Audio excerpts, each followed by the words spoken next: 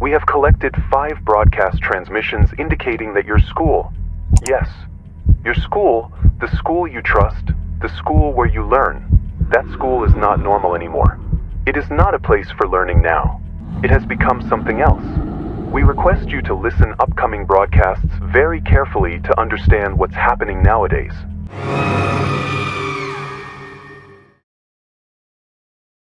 Every school across the Midwest has the same story.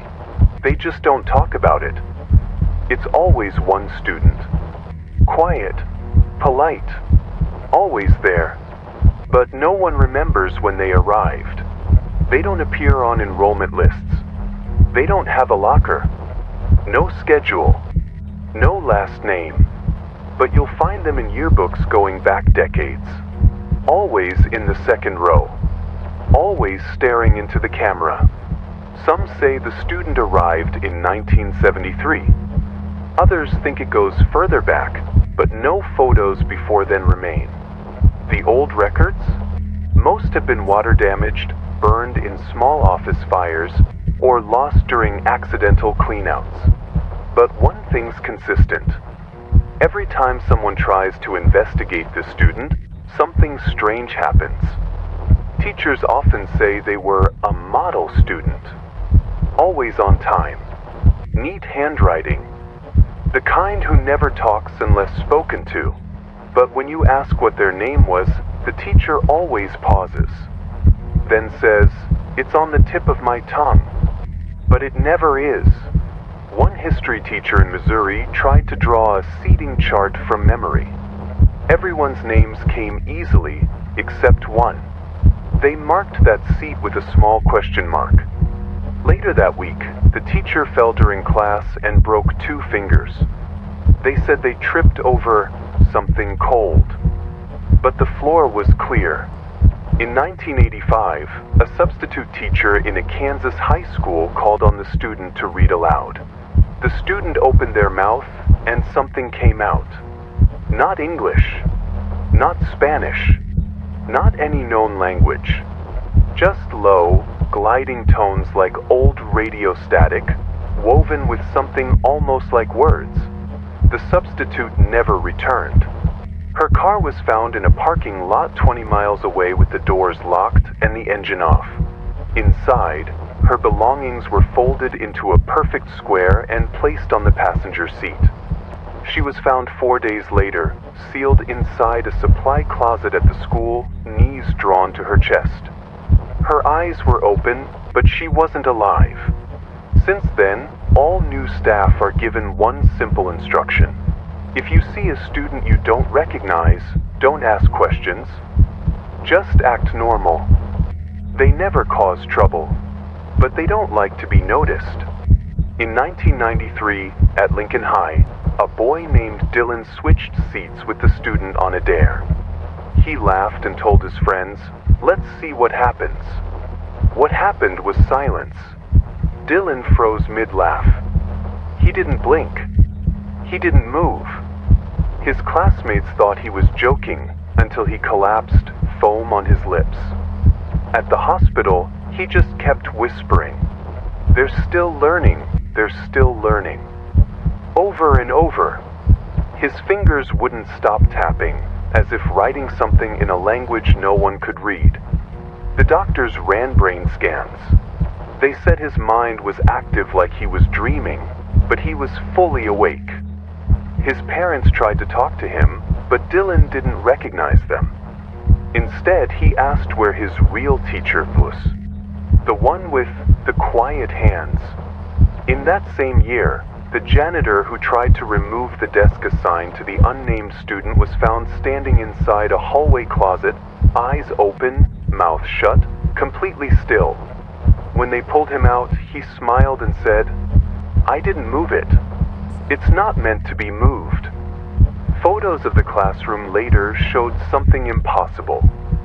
In every image, the student's desk was exactly where it always was. Second row. Center. But in real life, there was nothing there. Some students over the years have tried to talk to the anomaly. Most don't get far. A girl named Felicity once sat next to them and whispered, "Do you remember me?" The student turned and stared, not with anger, but with deep curiosity, like they were trying to understand why the question had been asked at all. Felicity didn't return the next day, or the next week. Her parents reported her missing.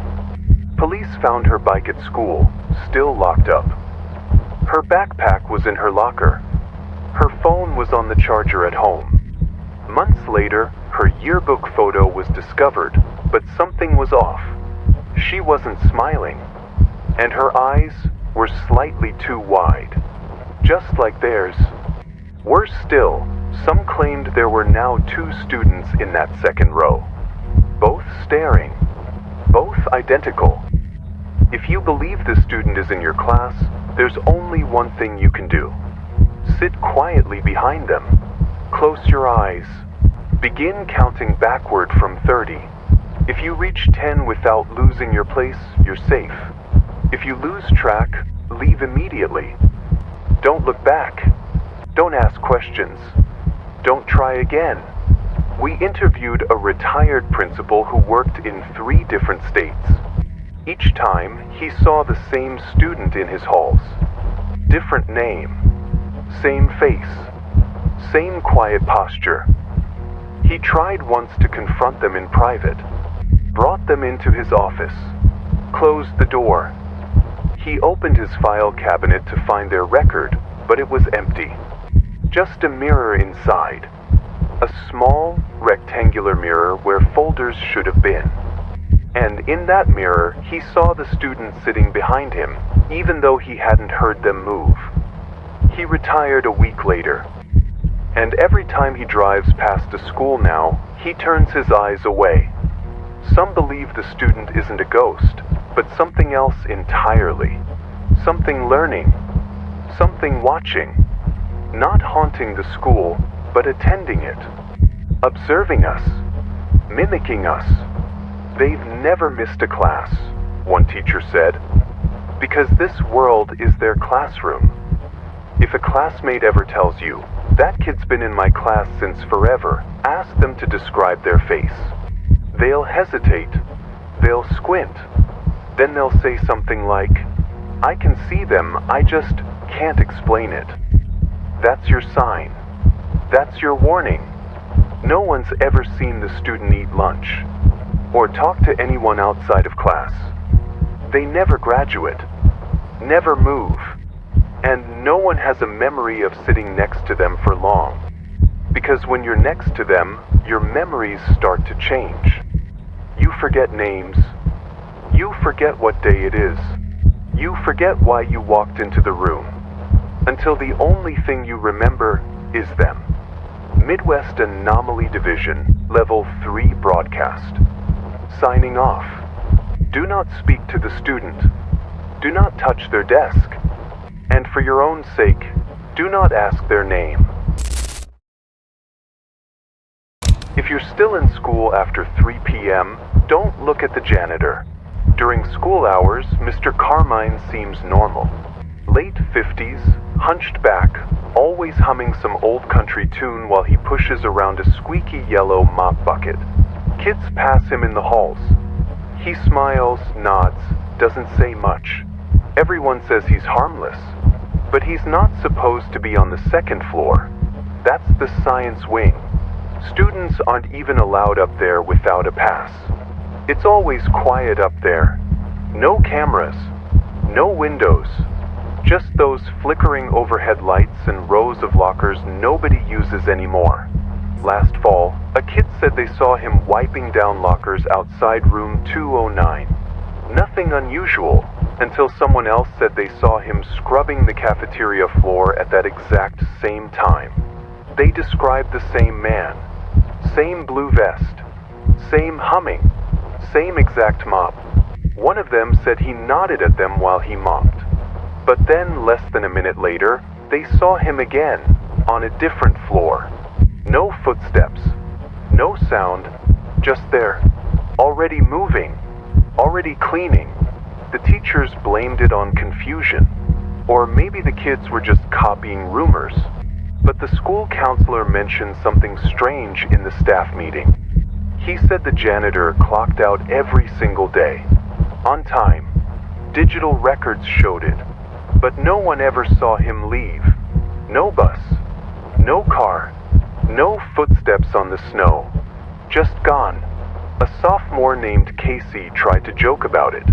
One Tuesday in October, she passed him near the vending machines after detention, smiled, said, "Working overtime?"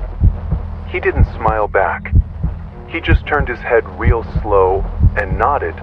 But the way he nodded, it wasn't normal. It was stiff, unnatural. Like he had watched someone nod once and was trying to copy it. That night, Casey's porch light flickered nonstop.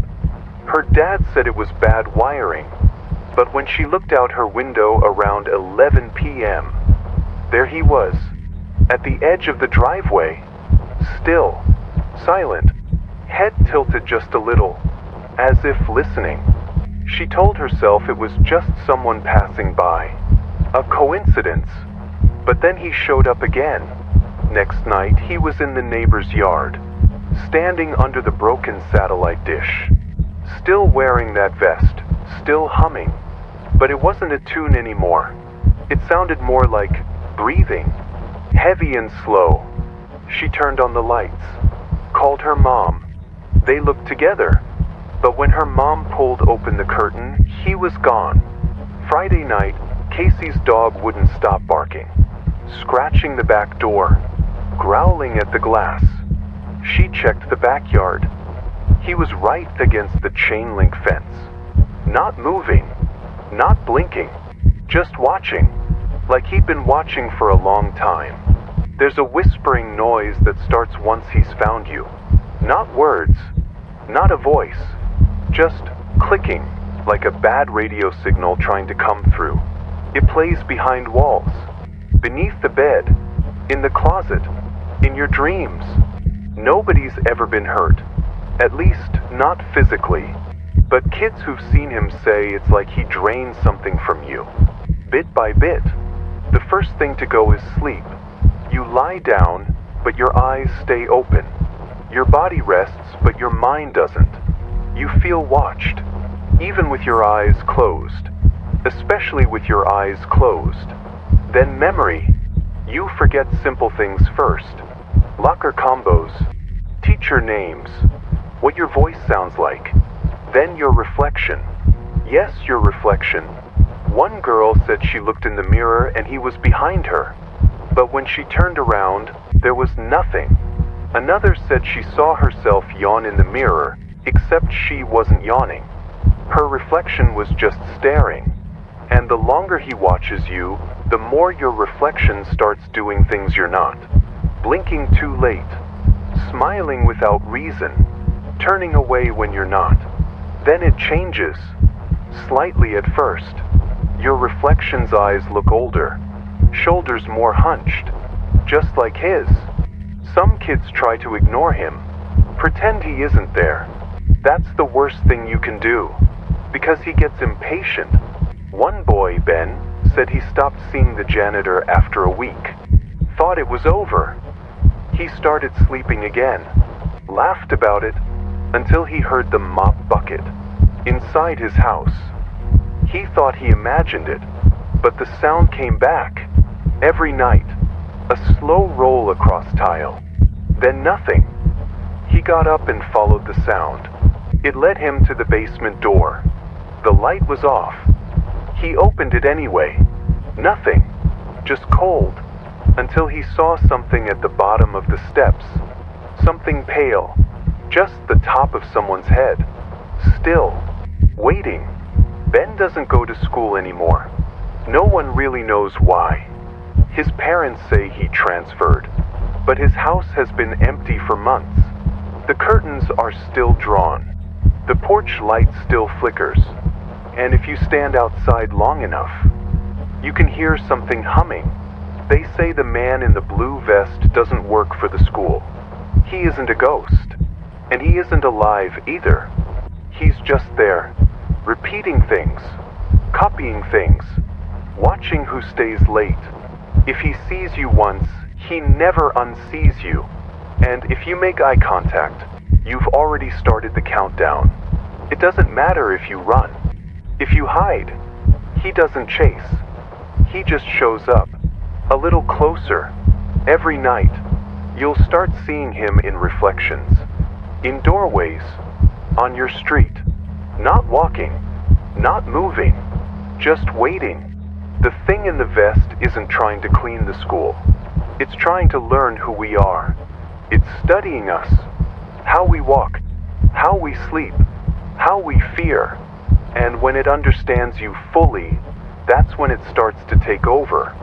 So tomorrow, when the bell rings, go straight home. Don't take a shortcut through the art hallway.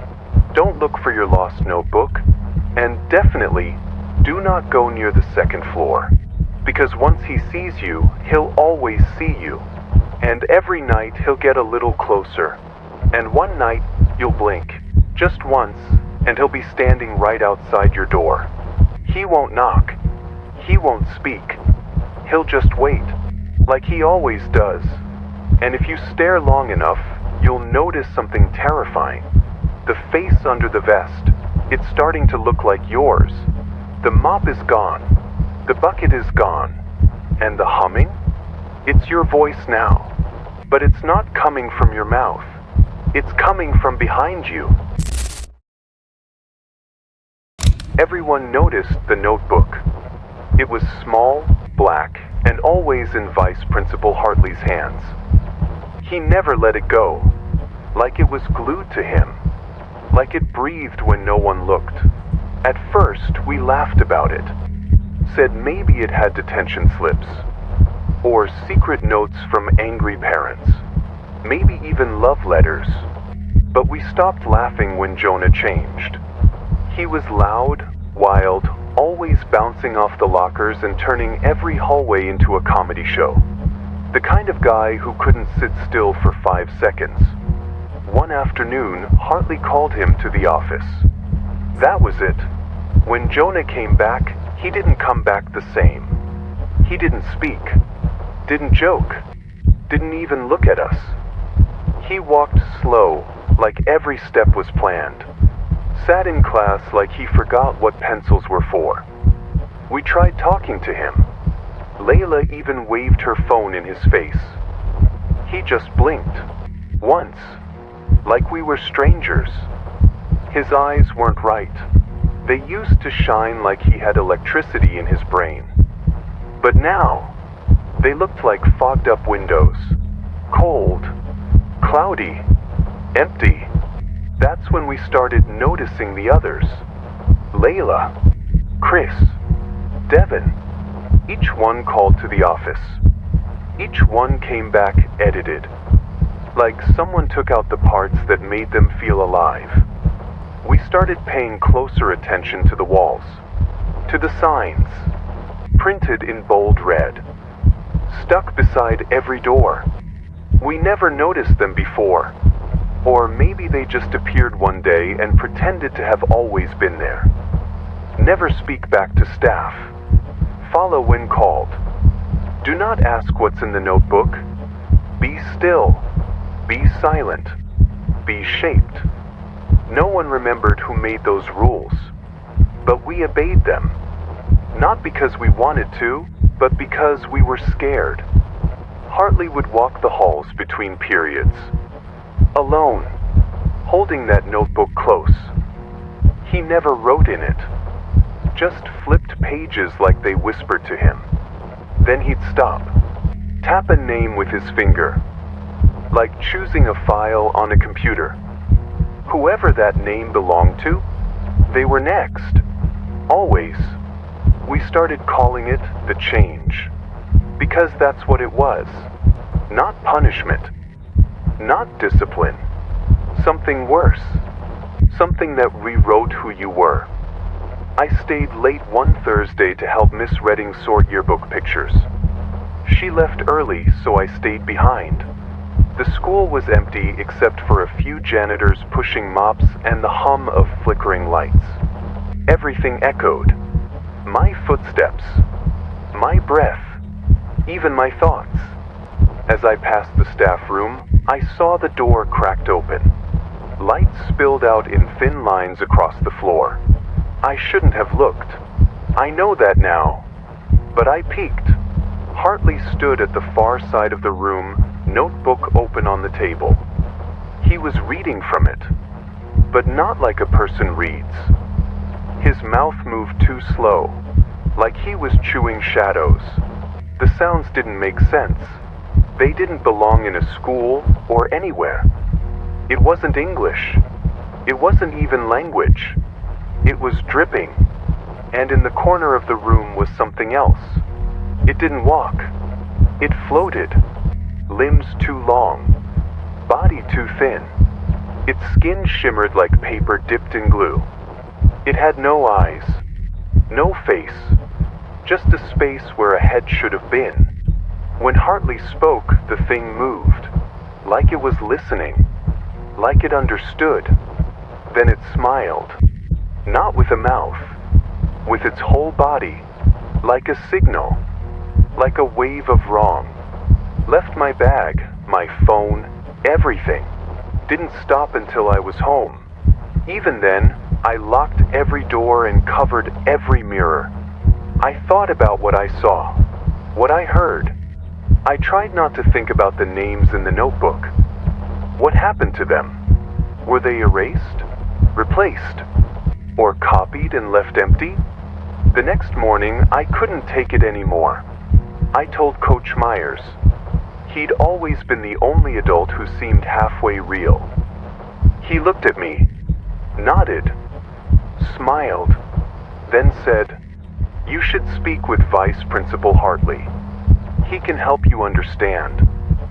That smile was wrong. Too wide. Too slow. And his eyes. They weren't right. They were fogged over. Like old glass. Like the light behind them had gone out years ago. When I turned to leave his office, I saw something written on the back of his clipboard in black marker. 4 words. All caps. Like a warning. Don't let him write. That's when I knew someone else had tried to stop it before. And failed. That afternoon, the school buzzed. "Caleb Martin, please report to the vice principal's office." My name. My legs froze. But I walked anyway. Because that's what happens. You hear your name, and you follow. The hallway felt different. Long. Stretching. Like it didn't want to end.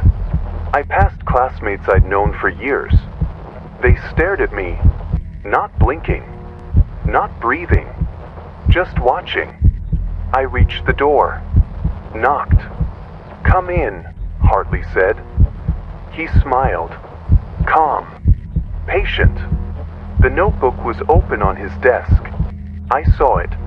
My name, written in red ink. The only color on the page. "You've been distant lately," he said. "We just want to help you find your place again." I took a step back. "What's in that notebook?" I asked. "Just names," he said, "of students who need adjustment." The lights buzzed. The door slammed behind me. My heart pounded, but I couldn't move. The air got thick, like breathing syrup. Then something shifted. Something was in the room with us. I couldn't see it, but I could feel it. Crawling under my skin. It didn't speak. It didn't need to. The words Hartley had read were already in my head. Twisting. Pulling. Digging. I felt something inside me tear. Like pages being ripped from a book. Like my name wasn't mine anymore. I tried to scream, but my mouth wasn't working. My voice had been stolen, like everything else. I don't remember leaving the room. I don't remember the night. But the next morning, I was in homeroom, sitting still, smiling, not blinking. Inside, I was screaming, but no one heard, because the notebook doesn't just take your name. It takes you. Now I walk the halls, with the others, watching. When Hartley opens the notebook again, I feel something pull inside me. And I help, because once your name is in the notebook, you don't get erased. You get rewritten. We've been asked to explain what happened in Sector 13. Rumors are spreading, records don't match, and unofficial clips are all over social media. Last October, 5 neighboring school zones within Sector 13 reported the same strange events, all on the same day. Teachers vanished or returned but acted off. Classrooms felt wrong. Time felt stretched and broken. One school bus circled the lot for nearly half a day, never leaving. When officials arrived, rosters had disappeared. Student names no longer existed in any system. Photos came back corrupted, and desks appeared in hallways where they had never been placed. Audio clips recovered from throughout the buildings contain the same whisper, again and again. You should have gone home yesterday. You should have gone home yesterday. Even when the rooms were cleared and powered down, the phrase kept bleeding through speakers. One recorder picked it up at 4 different pitch levels, low, layered, and wet, as if whispered by something with more than one mouth. At first, we thought it was some kind of shapeshifter event, like a wide-scale mimic anomaly. That would have explained the behavioral changes, the missing records, the false memories. It's what we've trained for. Mimics copy, they infiltrate, they destabilize. But something about this didn't follow the usual infection pattern. But it didn't fit. Mimics act on impulse. They don't coordinate this precisely. And they don't leave messages. They don't whisper warnings. They certainly don't rewrite reality. This wasn't mimicry. It was something else pretending to be a pattern. Here's what we do know. We've spent months trying to trace the event back to a source, chemical, mechanical, psychological. But no sensor data survived. The blackout radius stretched 12.5 miles in every direction. Surveillance was looped or erased. Phone records stopped the second the anomalies began. Something deliberately scrubbed the timeline. All 5 schools are closed. They still stand, but they're cut off from any official district maps. Digital GPS reroutes when approaching the perimeter. You'll see the buildings from the highway, but your phone will say you're looking at farmland. Drive closer and your map freezes. Coordinates disappear. The roads don't exist anymore, but the fences do. And so do the signs. Roadblocks and warning signs are posted on every route leading in. Big, industrial ones, thicker than standard metal, etched with warnings in a language we haven't decoded. They're warm to the touch. Locals say they hear clicking behind them late at night, like something pacing just out of sight. Enter that area and you're risking irreversible harm. One team member crossed the line during early investigations. He walked 30 feet in, then turned around and walked back out, but he was different. He looked like himself, talked like himself, until he asked who the sun was. Not what it was. Who? We never saw him again. Sector 13 isn't gone. It was consumed. 5 schools, 5 portals, and they all open together. Each school has a basement access point. Each of those access points was sealed after construction, but during the event, they were all found wide open. No digging, no explosives, just open like something crawled out, or like something finally let us in. You thought they broke. We watched them unlock something far older. Something that had been waiting. Something that knew the children would come. One janitor's log, partially recovered, read only one phrase in all caps. They were always the key. There are rumors of urban explorers and live streamers sneaking into film. They want clicks. They want footage. They don't care what they're waking up. These zones aren't haunted, they're preserved. Like museum exhibits, frozen in the moment the world forgot them. The brave ones go in at night.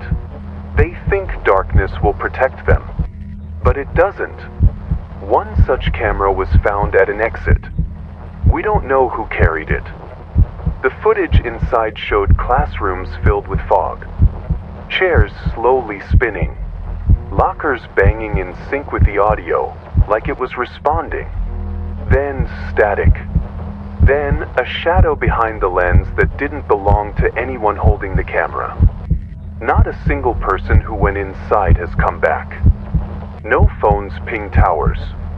No ID tags reconnected. Search dogs won't step past the fence. A rescue drone melted mid-flight. The battery didn't fail. The metal warped like it had been left in fire. Sector 13 is no longer monitored. There's no one left to monitor it. The last surveillance team vanished 6 weeks ago. All that was left were their uniforms, folded, dry, sitting at the center of the administration lobby. It's quarantined, not by choice, not by law, but by necessity. There are rules we don't write down, places we're told to forget. This is one of them. Erase any mention of Zone 13, no bus schedule, no town archives, no alumni. All online references have been scrubbed. Mail service rerouted. Even traffic lights no longer acknowledge the area. Maps update themselves. Parents who once remembered school pickups now say their kids were homeschooled. There are no former students. There never were. We checked. We begged. We tried to find them. But even in private photos and home videos, they've been replaced. There's always a gap. A blur. An empty chair at the dinner table no one seems to question. This recording was all we recovered. The audio ends abruptly. The time code loops at 13 minutes and 12 seconds. We've played it forward, backward, slowed down, spectrally analyzed every decibel. It always ends the same way, with silence. The kind that presses into your lungs and waits. Stay away. This isn't just a message. It's a warning written into the land, into the floorboards, into the light itself. Signing off. But not because we're done. Because we can't speak of this any longer. Not here. Not out loud. Some echoes are still listening.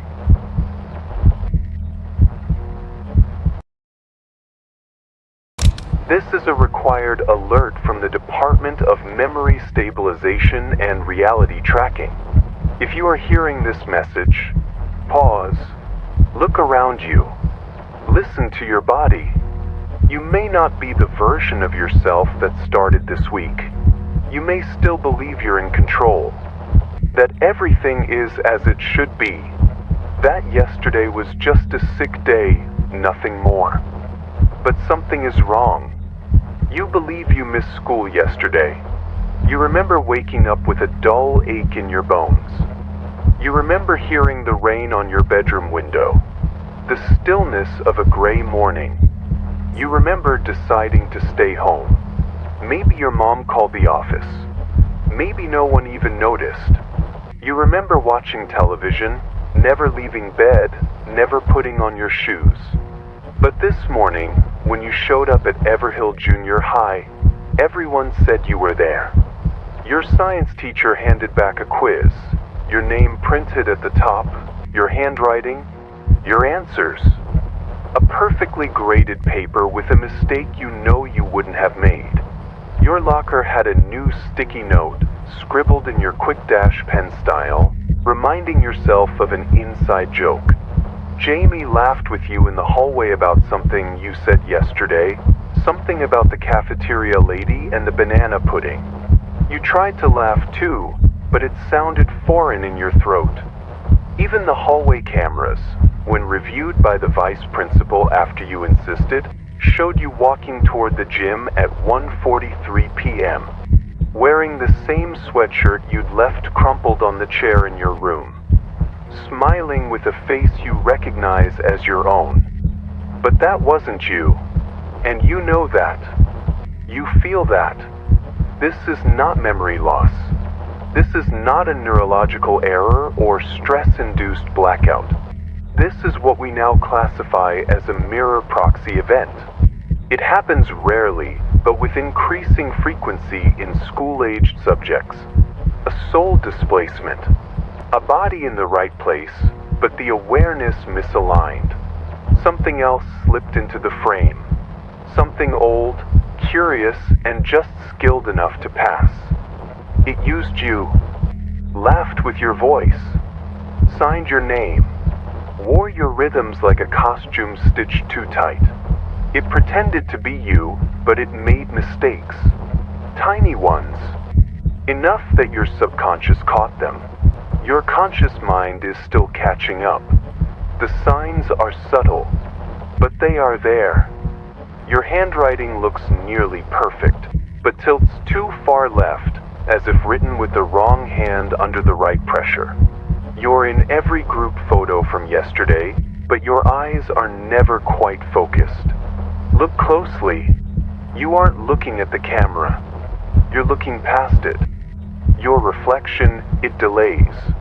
You turn your head, and it follows just half a beat behind. You blink, and it blinks back, but with a flicker, as if deciding whether to mimic you or not. A teacher mentioned you said something cruel yesterday. Cold, mean-spirited, something you would never say. But no one seemed bothered by it. No one even questioned it. And at exactly 3:12 p.m. today, you felt a sharp heat behind your left eye. A pulse. A stinging, like something too bright had looked at you from behind your skull. These are your markers. They indicate residual rejection. The proxy is incomplete, and your soul is still attempting to re-anchor. That means you still have a chance. But only if you act now. First, and this is crucial, do not ask others what they remember. Memory stabilizes by consensus. If you invite others to confirm the lie, the false reality strengthens. It calcifies. If someone tells you the same story, in the same words, more than once, word for word, it's not deception. It's recursion. It means their memory is caught in a loop. Do not follow them. Do not correct them. They are already lost. Check your reflection again. Look it in the eyes. If it smiles before you do not react. If it stays still while you tilt your head, do not keep looking. It knows you've noticed. Now, find the janitor's closet near the old wing. The one with the flickering light. Behind the mop sink, there is a wall panel with a missing screw. Pull it loose. Crawl inside. This will take you to room 13B. It is not on any map. No staff member will acknowledge it. It exists between the boiler room and something older. Once inside, shut the door behind you. It may resist, push hard. Cover anything reflective. Metal, water, screens, even your phone. Use the chalk you'll find on the floor. It will look like it's been there for years. Write your full name backward on your left palm. Your real name, not a nickname. Don't get it wrong. It must feel strange to your hand. That's how you'll know it's working. Sit cross-legged facing the far wall. Close your eyes. Do not speak. Do not pray. Do not think of your parents. Wait until the second bell chimes at exactly 11:11 p.m. You may hear footsteps in the hall. Heavy, dragging footsteps, like wet sneakers on tile. Do not answer. You may hear your voice, your exact voice, whispering your name from the other side of the door. Do not respond, even if it starts begging, even if it sounds scared, especially if it sounds like your mother. You were never supposed to find out. This entire alert was never supposed to be triggered, but your awareness forced a breach. Now they know you know. They will not allow that. You'll feel them before you see them, like a pressure in your lungs, a buzz in your teeth. You may hear radio static, your own thoughts scrambled like a broken tape deck. That's them, peeling the reality back like wallpaper, trying to slip in again. If you've done everything right, they won't find you in time. If you failed, if you opened your eyes, or said your name, or forgot a letter, then you are already gone. You'll wake up tomorrow in your bed, but the floor will creak before your feet touch it. You'll smell your favorite food burning, even though no one is cooking. Your mother will greet you with a smile, but she won't blink. Not once. And when you laugh, it won't sound quite right. Because it's not your laugh. It's theirs. And they've reclaimed your skin.